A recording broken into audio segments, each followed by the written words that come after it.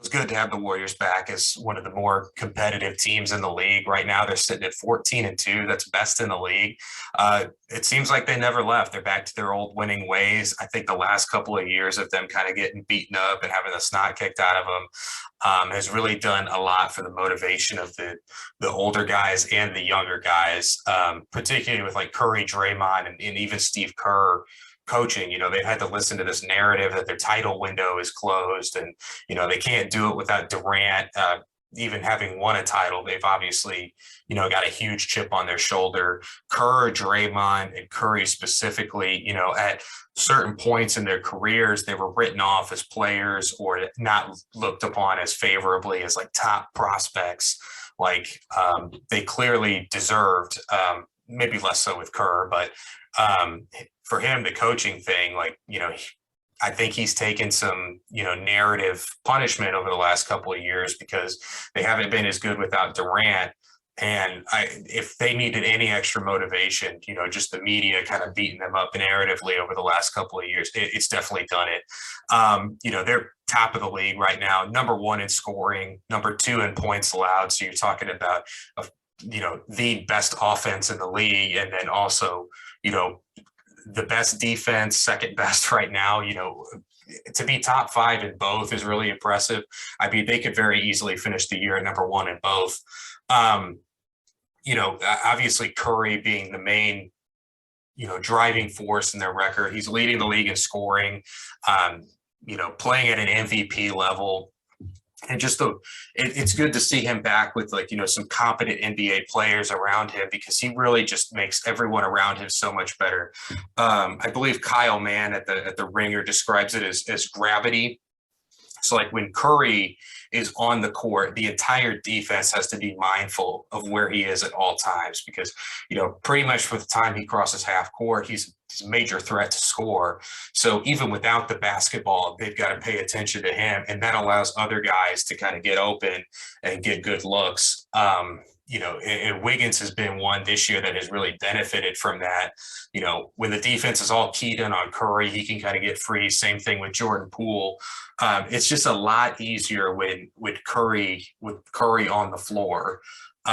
Just the 3-point shooting, it's kind of like the threat of nuclear war. Like you're a lot less likely to, be mindful of everything going on around you when you're constantly having to be keyed in on him.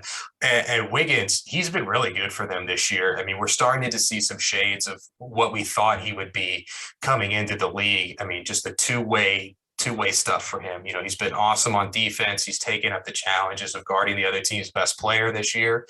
And offensively, he's been able to keep them afloat when Curry's not on the floor. He's done some good isolation scoring. He's phenomenal attacking the basket, bordering unguardable when he decides he wants to go to the hoop. Just his athletic ability is just so overpowering for most guys who are going to be guarding him, especially when, you're probably going to need to put your best defender on Curry. I was kind of joking with somebody, kind of the only negative thing I have for him this year, he still takes way too many of those long twos, those foot on the line or one step within the arc. I was kind of joking. I was like, they ought to do for him what they did for Wesley Snipes' character in Major League. Anytime that guy hit a pop-up, they were making him do push-ups. They need to do that for Wiggins, just in the middle of the game, takes one of those stupid long twos just immediately into push-ups. I think that'd be hilarious. Jordan Poole, I kind of mentioned a little bit. He's been really good for them. They run him off of screens just like they would Curry or Klay. So it just shows the level of confidence that they have in him. I didn't end up settling on him as my preseason pick for most improved, but I had him at number 2. I was definitely considering him. Yeah, he's been great. He's still, he's still a young player. He takes some questionable shots. But the good news, I guess, about those shots is the team seems to believe in him. Even when he pulls up for like a contested 40-foot 3-pointer, like you see on some teams, like a guy takes one of those shots and it's like somebody let all the air out of the balloon. Like the whole team just kind of, shrugs their shoulders, slumps down. You can see in their body language that they just hate guys taking those shots. You don't see that from the Warriors with him. They really seem to believe in him, his teammates, the coaching staff, everyone kind of doesn't mind him taking those shots as much. I think Kerr is coaching him up whenever he does take those, but they aren't like they aren't super dejected when he takes one of those. This team is really deep. They really did a good job kind of retooling the depth around Curry and Draymond. You know, the guy I'm most sick over is Bielitsa. The Heat had him last year, and we never put him on the court. I couldn't figure it out why. I liked him when he was in Sacramento, and he's been really good for them off the bench this year. He reminds me a lot of Hito Turkoglu from the Magic. Like, it's kind of awkward and clunky when he starts dribbling the ball, but it just kind of works for some reason. I can't really put my finger on it. He's been really good playmaking. He can kind of get to the basket sometimes, even though he kind of lumbers around and like it looks like the slowest drive ever, but he still gets there somehow. I was looking at their stats, and I'm surprised how good Damian Lee's been this year. I mean, he's one of their better scorers, and, you know, coming off the bench. Otto Porter is like a big wing who can shoot the ball.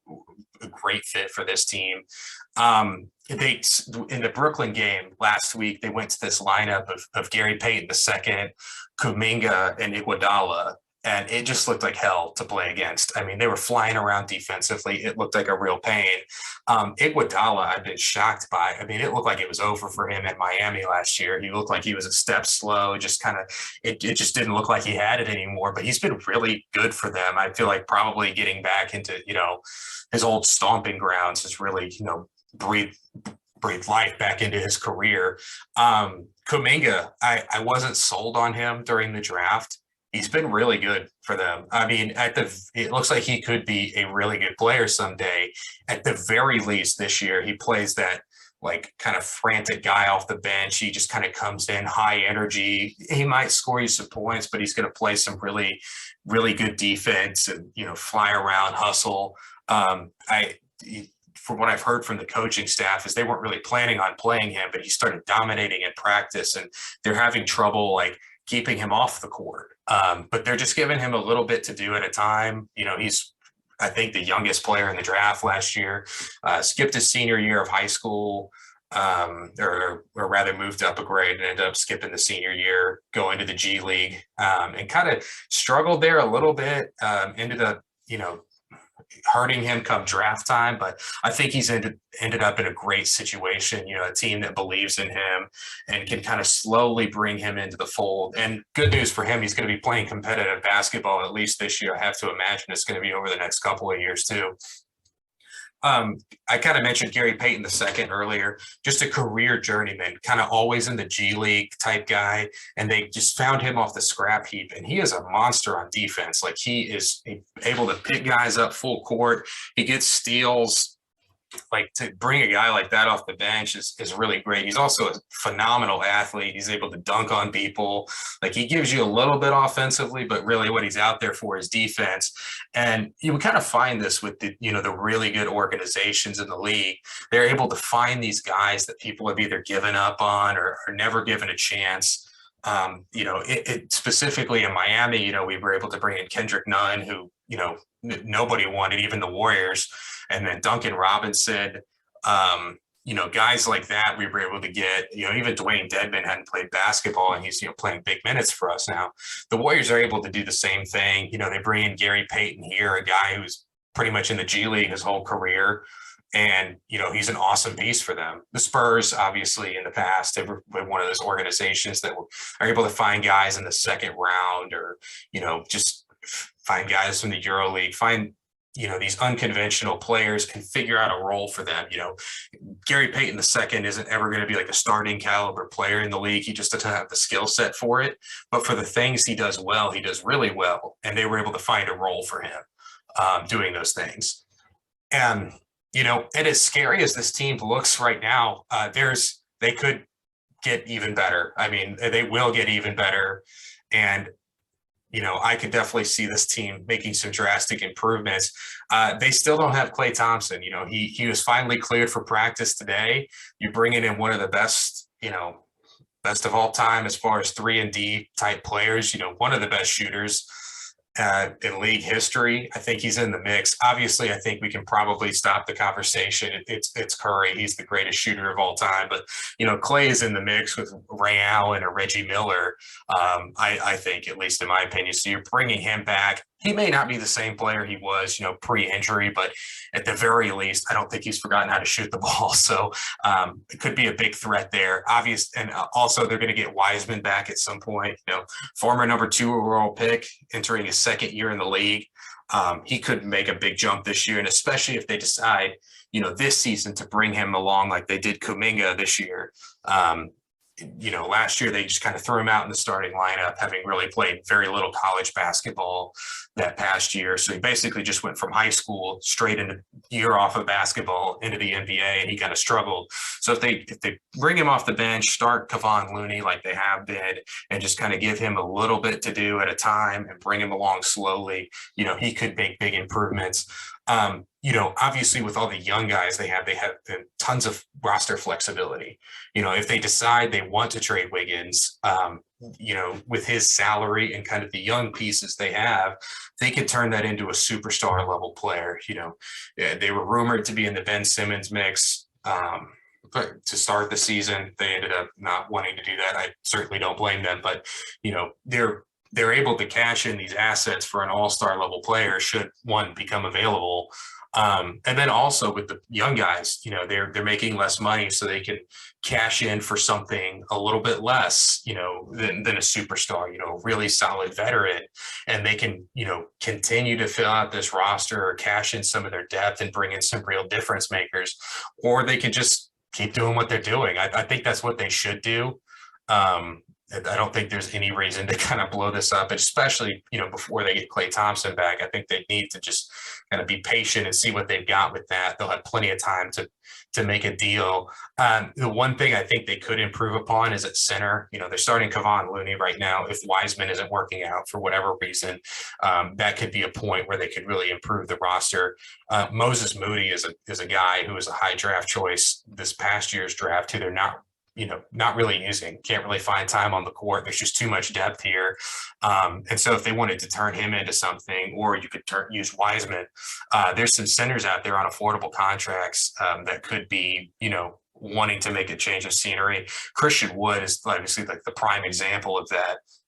He signs on in Houston expecting to kind of be there with James Harden, and Harden ends up demanding a trade. So I can't imagine, his contract is up after next season. I can't imagine him signing on to do this whole Houston thing. They're still sitting at 1 win last I checked. He's making like 12, 13 million a year, really affordable. I mean, you could basically just turn Wiseman into that straight up, or throw in a protected pick. I don't think you would have to give up too much more than that.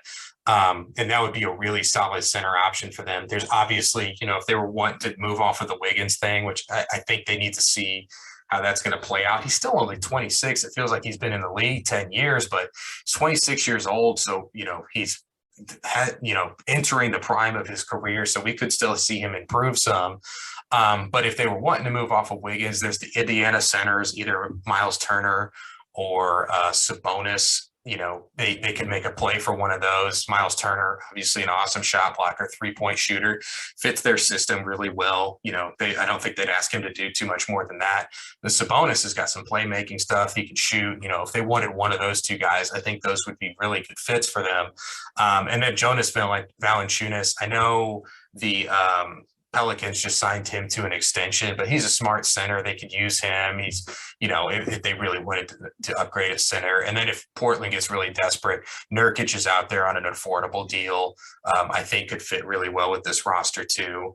That would kind of end up being Portland kind of wanting to blow this whole thing up and just kind of move on from the Damian Lillard piece or start over. So I don't see Nurkic getting moved, at least not to Golden State. I just think they need to stay put though and see what this thing can do. I mean, they're kind of been just kicking the snot out of everybody, and once they get Klay back, it could get even more frightening. I've seen kind of the media not really wrapping their arms around this team as like a title favorite. I don't know who you would have above them at this point. Maybe Phoenix, just because they've been on a huge roll and we've seen them kind of make it to the finals with this group that they have. But I still rather take the Warriors. And then, out east, Milwaukee, Brooklyn have kind of been stumbling here out of the gate. At least with Brooklyn, we haven't seen them be healthy for a full season. So, Yeah, I'm not sold on them, as being more favorited over Golden State at this point. They've got to be the title favorite, in my opinion.